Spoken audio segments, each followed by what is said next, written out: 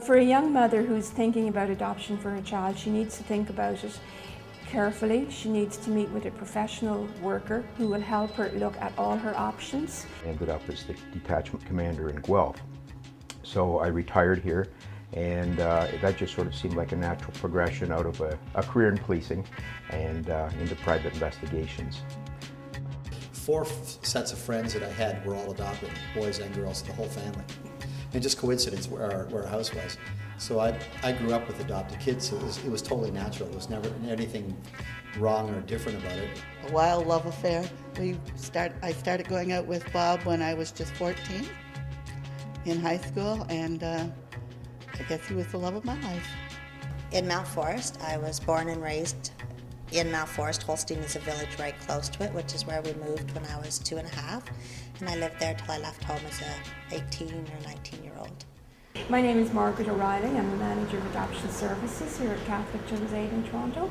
Adoption is what takes place when, for instance, young parents are not able to raise a child that they have had born to them, and they decide to make a plan to have somebody else raise that child for them.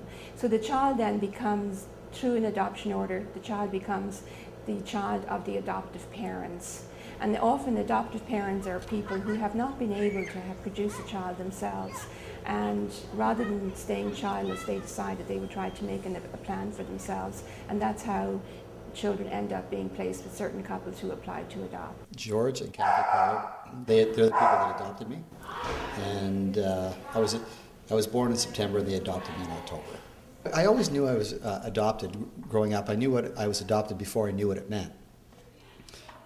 And I was always told that if you were adopted, it was because the people really wanted you, not necessarily because you were born. So when I was a little kid, I always knew I was adopted. I don't think I really understood it all that well.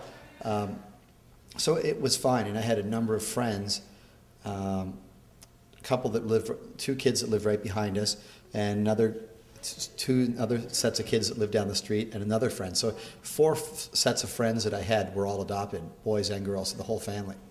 And just coincidence where our house was. So I grew up with adopted kids, so it was totally natural. There was never anything wrong or different about it.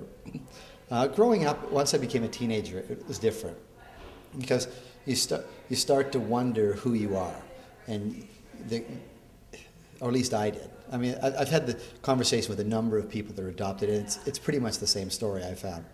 You kind of wonder who you are. You're not sure about your history. Sometimes you're not really confident. Every time you're having an argument with your parents, is it because you're adopted and they can't relate to you? Or is it just because you're really having an argument with your parents?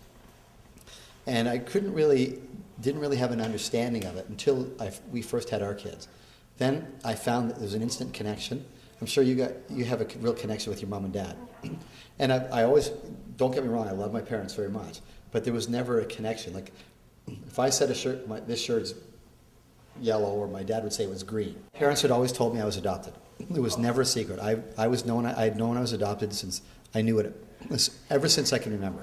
When my dad died when I was 16, in fact, the week I turned 16, and of course that was in 1958. Scott is born in 59 in September. Scott's born just 10 months after my dad died. It was a very traumatic time for me, for my mom. She had 7 of us kids at home. She made the arrangements for me to go to a home for unwed mothers, and that's where I went, and I didn't have any choice. Bob never got to see Scott.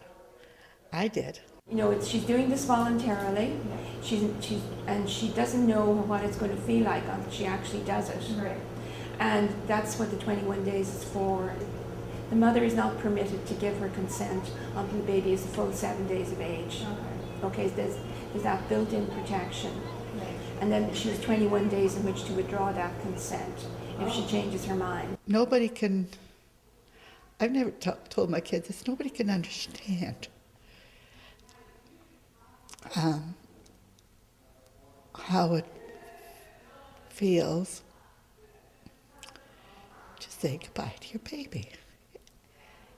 Because even though you know you can't take them home, doesn't mean you don't love them. The same as if you were married and bringing a baby home, it was and I never stopped loving him. But it was hard, and that's the way things were in those days. Next year we got married. When Bob was old enough to get married, we got married. He turned 18 in March and we got married in April. But we never, ever, ever talked about Scott after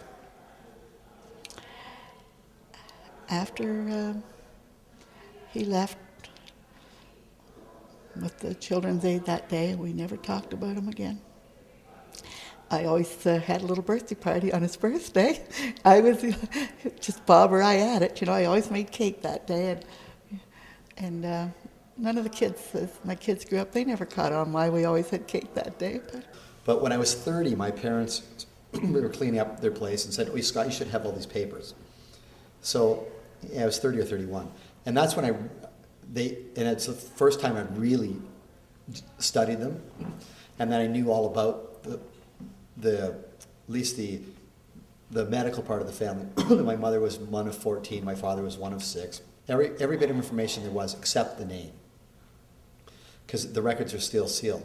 But there was a registry I could sign on to, which I did, that if anybody, first generation of my birth family, wanted to find out if they knew there was an adopted child out there, we would be connected within 48 hours.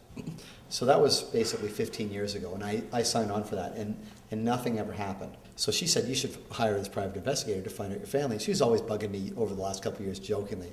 Finally, I just said, "Sure, why not?" My name is Ted Green. I'm a private investigator, licensed in the province of Ontario, and I have my own private investigation agency. It's GNS Investigations, Inc., out of Guelph, Ontario. We knew a few facts that we were able to start with. There was some assumptions that Scott's parents may have been from a small rural community, that they were a large family. We knew where the delivery took place, that he was born in a London hospital. And from those facts, there was sufficient there to start. And I can assure you that it became